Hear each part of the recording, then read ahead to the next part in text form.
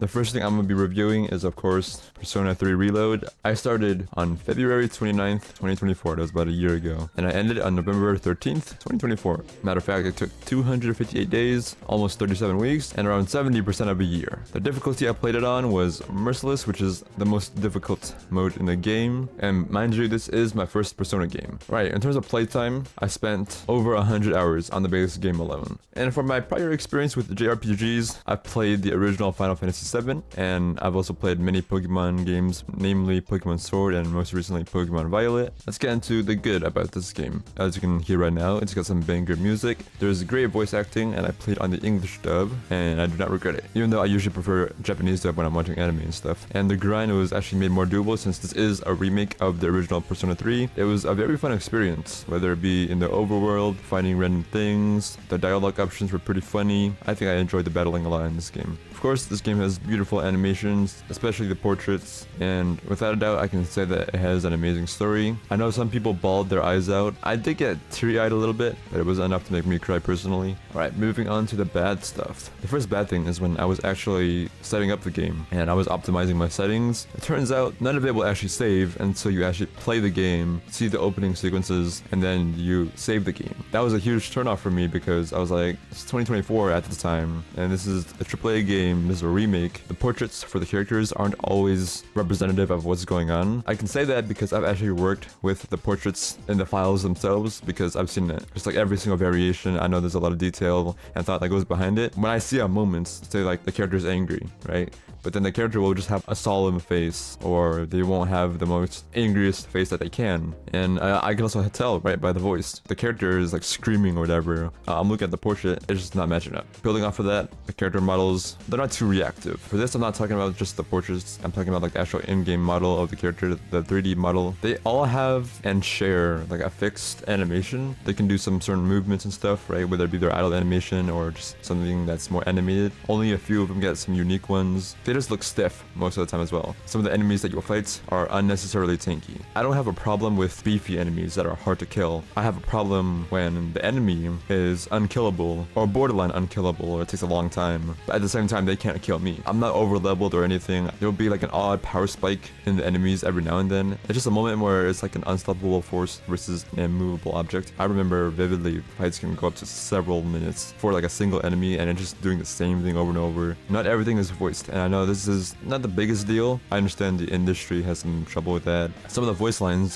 during cutscenes, the voices can be quiet, and I've noticed that because I've messed with the settings to make voices louder. Whenever I go in to edit my highlights, I notice more often than not that I have to increase the volume of only the voices of the characters, because everything else is balanced with my voice and stuff. I think that's bad mixing because I've looked at the Japanese dub as well, and I've heard the same thing. This is more of a nitpick on my end because I've just dealt with this game behind the scenes a lot more than the average person. The game will occasionally launch on the wrong monitor. It will just literally just launch on the wrong one, and that happens twice because first you boot up the game, it could open on the monitor that you usually don't play on, and then okay, you change it back, and then you go in game, and then it just switches back again because it's kind of like two different states, if that makes sense. It's the same deal with saved settings not being kept once you enter the game. There is no FMC. I don't know too much about that because I never played the original games, but basically another path you could take, and since you are a female character, you would have a lot of different opportunities, different options in game. I myself bought this game for $60, and I believe the base price should be $70. However, when we take into account some discounts, the source for this is istthereanydeal.com. We can see that the all-time low is over 50% off at $30. Microtransactions. There's either an expansion pass which actually expands on the story, or you can get extra stuff that'll help you out in battle. It's not necessary at all. You can definitely get by without any of this, because I know I did on the hardest difficulty. And overall, I would recommend the game, and I would give that 8 out of 10 Sir Hammys, so an 8 out of 10 rating. And here is my Steam review. Episode Aigis. I started this game on January 19th, and I finished this game yesterday, May 16th, 2025. I spent 117 days, almost 17 weeks, and around 30% of a year. I chose the most difficult thing, which was renamed Heartless. Overall, it's the same idea, is that it's just hard as shit. For my playtime, I spent around half of what I did in the base game. There wasn't that much idling, because every time I would idle, I would actually click off the game, so the game doesn't progress in time. The previous experience I had was mainly through the base game. There is more Persona 3 Reload content. It's more of what I like, it's more of what I enjoyed, and I think that the bosses towards late game are very, very interesting. You're gonna get extra background music and costumes because it is an expansion pass, not just an expansion of the story. If you get a bit bored of what you're hearing or what you're wearing, you can change that up. This DLC mainly consists of just straight grinding and battling. There's still story developments, but there's not as much anywhere close to the main game levels of story. Any enemies you face or any floors that you're on or any areas that you're in,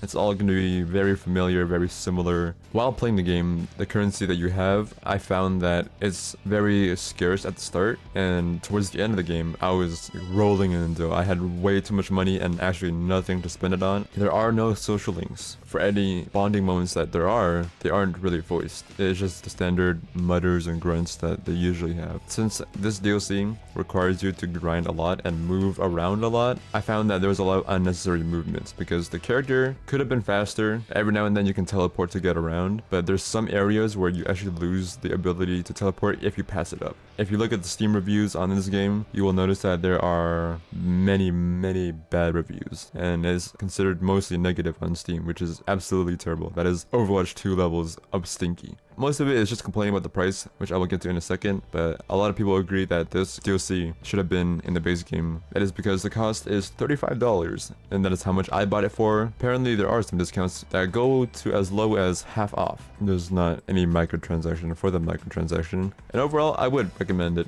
for the most part. However, there are mixed feelings. I'm giving it 6 out of 10 Sir Hammys, which is closing in on like the terrible route, but I definitely do not regret playing this game. And then here's my Steam review. With that being said, that is my review. It's been a long time coming, but I finally did it.